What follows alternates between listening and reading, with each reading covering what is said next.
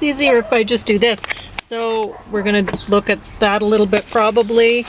And Nightmare on Elm Street, the original one. And this is my outfit for today. So I think it's one of the hand-me-down suits that you got from your little brother. It could be. And because it's too big for me. It's a flashy dresser. And, I don't know. And he was smaller than James, so he gave them to James, but James couldn't fit, so then he gave them to me. And anyway, so giving you the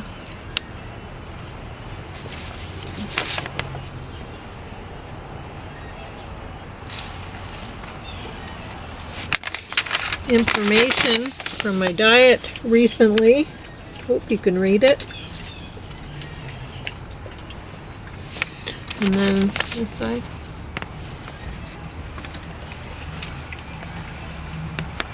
So, just in case you wonder what's been going on with me. So, I thought that I had COVID last week, but like a little bit ago, but it certainly wasn't long COVID. It wasn't. So, I had a headache and sniffles, and I still have sniffles a little bit sometimes, but yeah, definitely not COVID.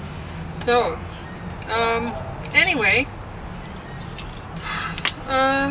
nothing much to really worry about with my diet, I don't think. Anyway, today I'm eating, I didn't show you the food because it's mostly leftovers that James is having. I cooked up some broccoli just before he came, so he's having some broccoli with his leftovers. And I'm having miso soup, that's what I cooked the broccoli for. So I'm gonna move you in here, and uh-oh, somebody's upset. He's like, where's my dinner? No seeds for me. No, I'm out of peanuts. Oh, he's gonna be upset with me. I'm sorry, buddy. I'm all out of peanuts. So, anyway, I'm going to read some notes that I made about cancer. And it's funny because I got this, I just asked Google's AI question after question. And finally, I got to a point asking these questions of Google's AI that Google's AI did get a bit uppity with me. It is amazing what it's like. Yeah. But I brought this information back to James, and James was like, well, the information is sorted by someone, you know, it's like I said, well, this would probably be Google's AI just takes a whole bunch of samples of information, you know, that it has, and on the topic or whatever, you know, these for the question, and then comes up with this answer, right? But I mean, you don't know which somebody along the line, some human was involved with culling some of the information out. You know, it's like you hear about the dark web now. And I remember when I was a teenager, when the internet was first big with it, people. Then the things that would come up were mind-blowing, but they don't come up anymore. There's no way that you could accidentally be looking for tattoos, body art, and come up with dead body pictures today. It just wouldn't happen. But there's a lot of other things that you wonder, well, how is the information that we're receiving being blocked or sorted or controlled before it gets to us? And sometimes, is it a good thing or is it not, right? Like James, I was just a fly on the wall, really, while James was talking to a friend of his from the university who's a professor, and they were talking about how you're tracked. while you're searching for things. So really, after a while, with your search preferences, you then the search engine can recognize you and recognize what else you'd be interested in. Because I'd noticed it years ago that I'd be sitting at a computer right beside James and I'd type in whatever keyword search, and somehow I wasn't getting the same information that he was. And I thought, well, that's strange, you know? And so it didn't take me long to figure out, well, really it's an echo chamber. And that's what your friend, the professor, was saying too. It's after a while, you're recognized as, this is the information you actually want to see. Mm-hmm. And that's what's given to you. So, are you really learning? If you're not given information that you don't want to hear, yeah. You know. So anyway, and but I'll get back to, I'm actually going to repeat one of the answers that I got with the cancer cell stuff. I didn't write down my questions, which is too bad, because you could have asked the questions and perhaps you would have gotten different answers. I don't know. I should have done that. Mm-hmm. But anyway, cancer cells consume glucose, sugar, at a far higher rate than normal healthy cells, 50 to 200 times more sugar. Warburg effect. Rapid glucose uptake and fermentation into lactate, even when oxygen is available. While normal cells convert glucose into 32 ATP, cancer cells yield only 2 ATP per glucose molecule, producing energy rapidly, but not efficiently. Even if glucose is restricted, cancer cells get creative and turn to alternative fuel sources such as amino acids and fats. I'll repeat that. Even if glucose is restricted, cancer cells get creative and turn to alternative fuel sources such as amino acids and fats. Going on. Cancer cells use protein at a significantly higher rate than normal healthy cells to support rapid proliferation and division. Whole body protein synthesis in cancer patients can be 50 to 70% higher under conditions of low nutrient availability. Cancer cells can switch to scavenging proteins from their environment via macropinocytosis, degrading them to support their growth. Ketosis is often used to directly counteract the Warburg effect. And remember the thing I repeated. Because many cancer cells have damaged mitochondria, they can't use ketone bodies for energy, causing them to starve, while normal healthy cells survive on ketones. Remember what I repeated. Tumor cells are metabolically inflexible, addicted to glucose. Ketosis creates a systemic environment of low glucose and high ketones, which inhibits tumor growth, reduces inflammation, reduces insulin-like growth factors that drive cancer proliferation. In some contexts, some cancer cells can consume lactate produced by neighboring cells, reverse Warburg effect. So,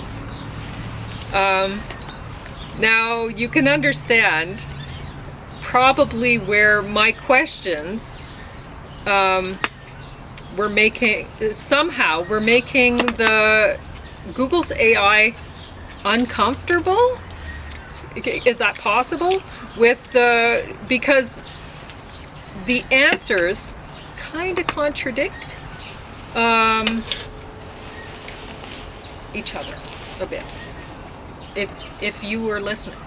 If not, look it up for yourself. So it's very popular. The ketogenic diet is very popular these days. It's been popular for a while, and they're saying that it's you can look it up, please do, that it's one of the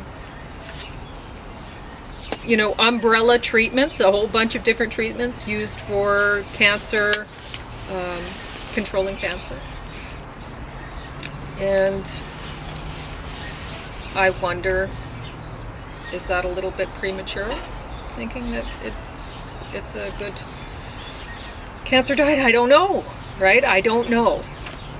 But if glucose is restricted and cancer cells get creative and turn to alternative fuel sources such as amino acids and fats, you got yourself a problem. So, anyway, James is going to mostly talk about this stuff today, I think. He's, you see, what happened is he watched some of these Columbo things more than once. Mm-hmm. And no problem. I was watching Fargo year 2. And then I was thinking, you know, James is really going to want to watch this. And I started watching Nightmare on Elm Street and quickly thought, James is really going to want to watch this. So, James will probably talk about that. And when I was a kid, when that came out, Nightmare on Elm Street, I hadn't realized that the handsome young man who was Nancy's boyfriend, I hadn't realized who he was. I don't think he was a big name player at that point at all. I don't think he had made a name for himself yet. So it says introducing a certain someone. Yeah, so maybe that was his first. Well, you can. Introducing Johnny Depp. Yeah, there you go. Fresh-faced youngster. So I recognized him watching it now as an adult, right? And I thought, oh, James gonna want to watch this because he likes him too. I like Johnny Depp quite a bit. Yeah, he's a great actor. And honestly, watching it again as an adult, I had an appreciation for the movie because I was thinking, wow, did they ever luck out? They got the actress who played Nancy. I thought she did a great job for a horror movie young lady. And, well, they got Johnny Depp. So, really, all 4 of the main teenagers did a pretty good job. They did a pretty good job. And I have to say that about Johnny Depp. It was just a pretty good job. And that's not to put him down. It's right to compliment him. Exactly. It's amazing how he kept much learning he progressed along the way. Mm-hmm. So James is going to talk about these things. I don't know what he's going to say. I'm going to eat soup before it cools because it's already cool. Yeah, things cool down. That broccoli was hot off the pan, out of the pan, right? And it was almost too cool for me. Columbo, Mystery Movie Collection, 1990. How many movies did you say there were? 6 all told on 2 discs or something like that? On 3. Yeah. I thought that was Brenda Vaccaro on one of them. Robert Culp did a good job. These are guest stars and stuff like that. So they say...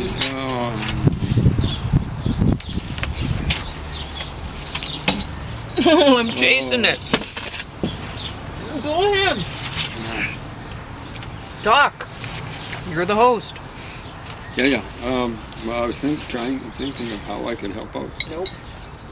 Bye. Anyway, my back's, I just underwent a treatment and always feels a little more fragile after a treatment than it feels otherwise, and it generally feels fragile anyway.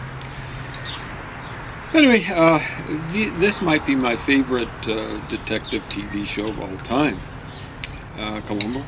And these are movies, so it's even longer. The excruciation that he puts the suspect, you know pretty soon, or if you don't know already, sometimes they'll just show the murder. You know who the bad guy is. The joy is watching this person squirm as this wee little crumply dressed, not terribly good looking, maybe somewhat older guy, kind of. He doesn't really run them to the ground. It's like he just keeps on playing with them, toying with them. It's like a cat with a mouse. I had a cat who used to do that. He'd torture a mouse to death. And he caught a lot of mice out in the wild, not so much inside. But,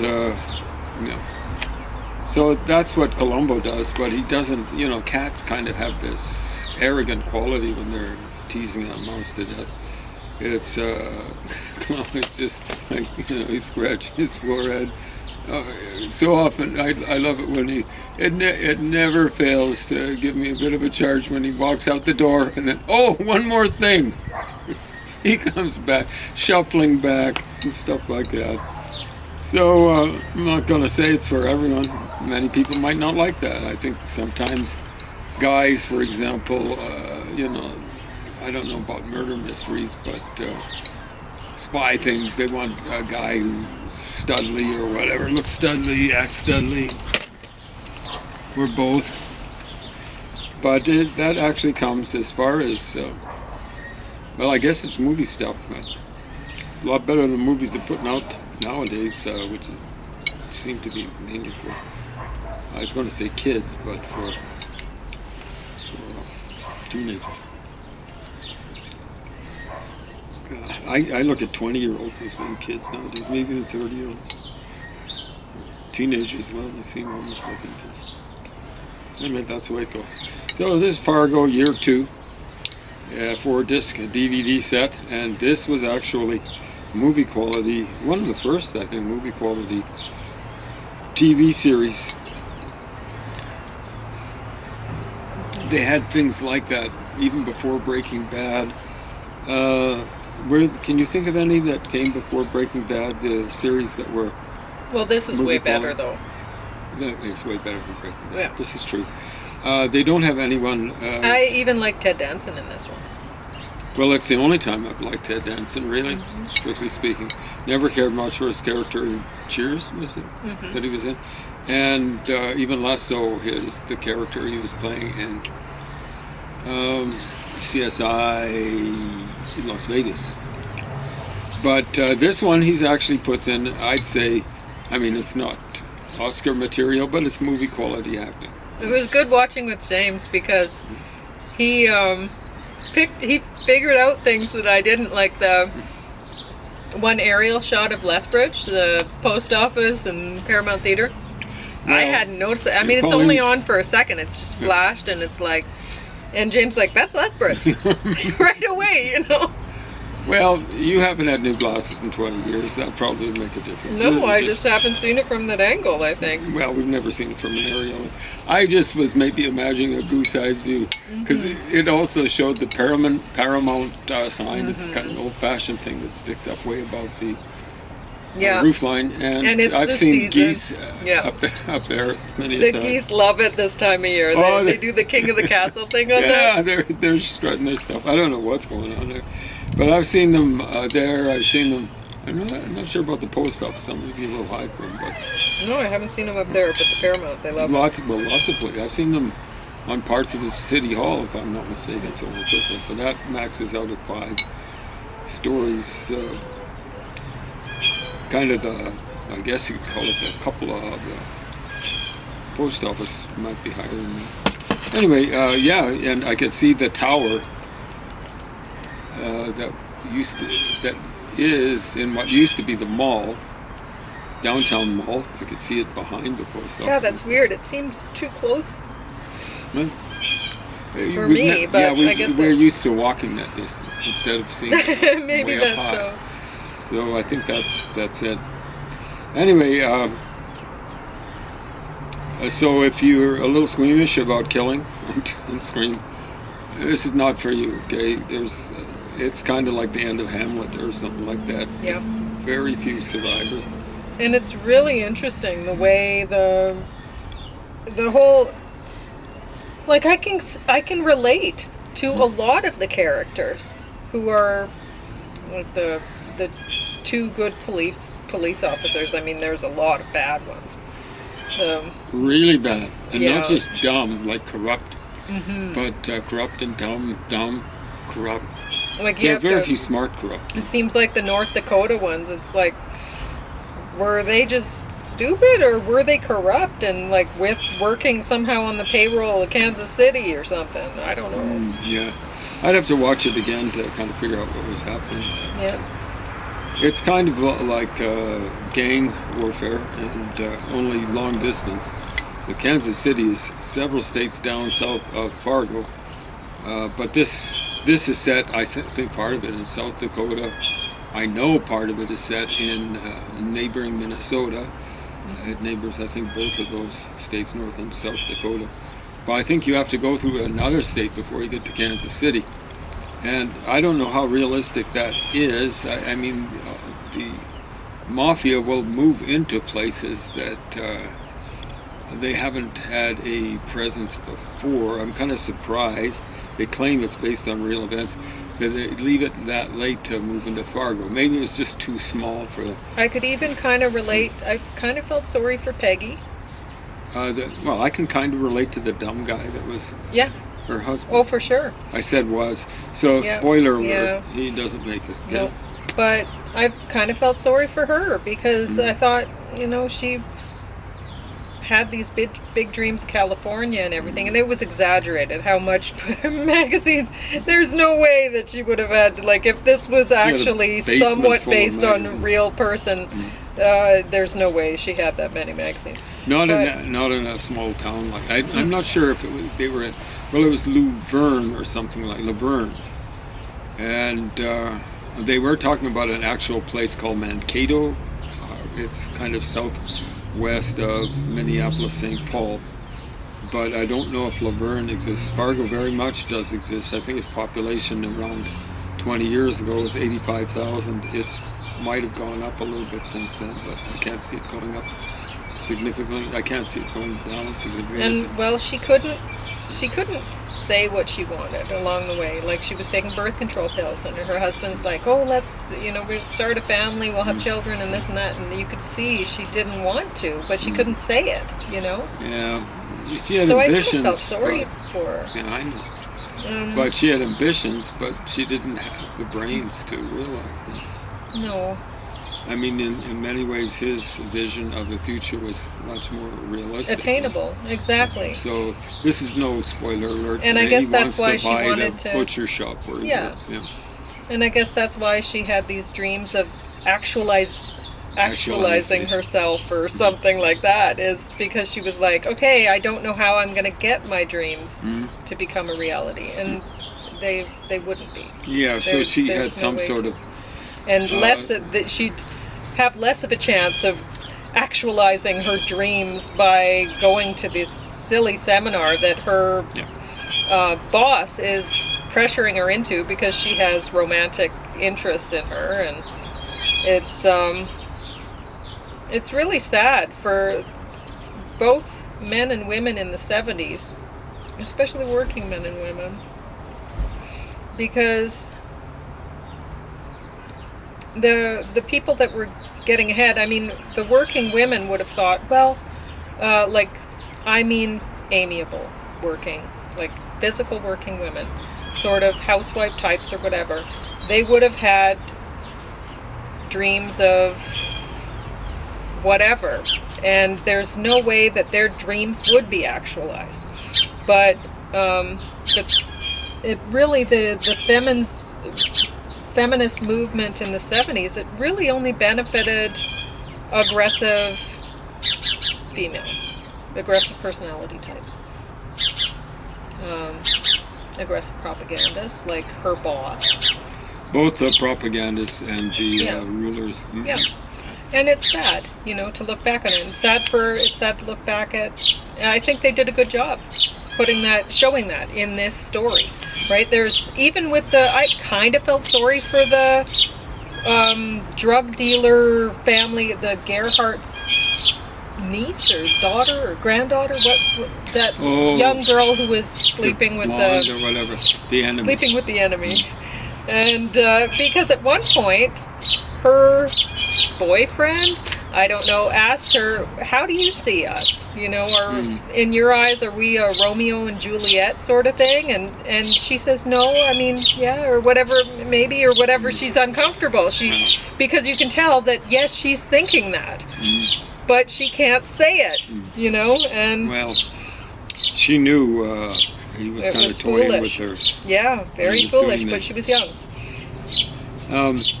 the thing about the actualization, I think that was one of the buzzwords in this course, Yeah. or seminar or whatever. I once went out with a woman who was in performing arts. I think they called it drama back then. And one of my friends who was into performing arts and was always cast in the semester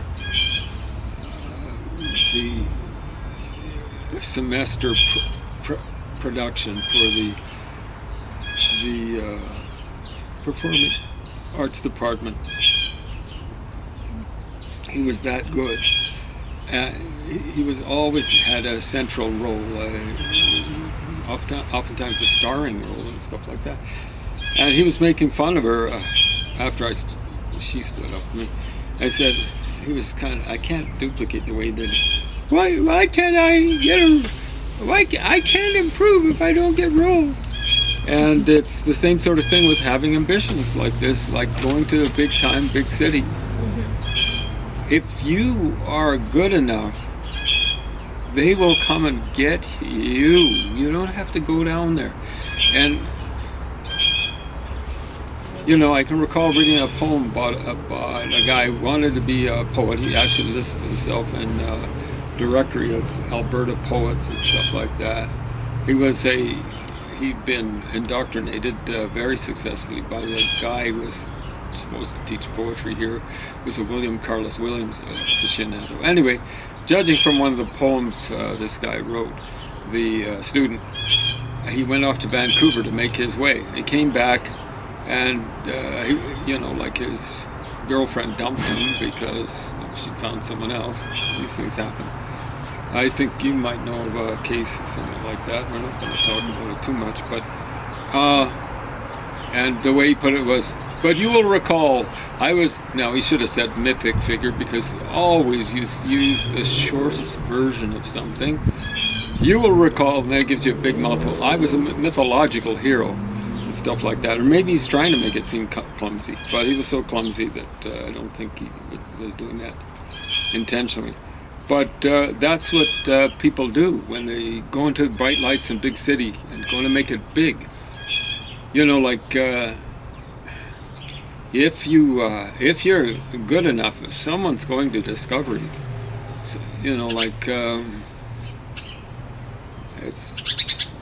I could think of sports things, but most people are interested in this sort of stuff would be more interested in some sort of, I don't know. Did they discover Marlon Brando somewhere? I don't know. He made it on the stage or something like that. They'll discover. Can you imagine someone if someone saw Johnny Depp and he hadn't made it big as a young pup, but he'd been motivated the same way, people would have just whipped him up and seen him on a small stage. Like the sparrows trying to talk back to the blue jay. Yeah, it could be. Anyway, if you've got these big ambitions, get talent, please. This is for your sake. Don't go someplace. Yeah, you can record it with a camera. Everybody has the camera on their phone now, on their dumb phone. You can just record yourself practicing some role or whatever. And So I'll give you an example. The Beatles, where'd they go? They're from Liverpool. That's kind of the boonies when it comes to England. Everything's about London, making it big. Where'd they go? They went to Hamburg. Well, that wasn't on the map for pop success. But they got good. And they got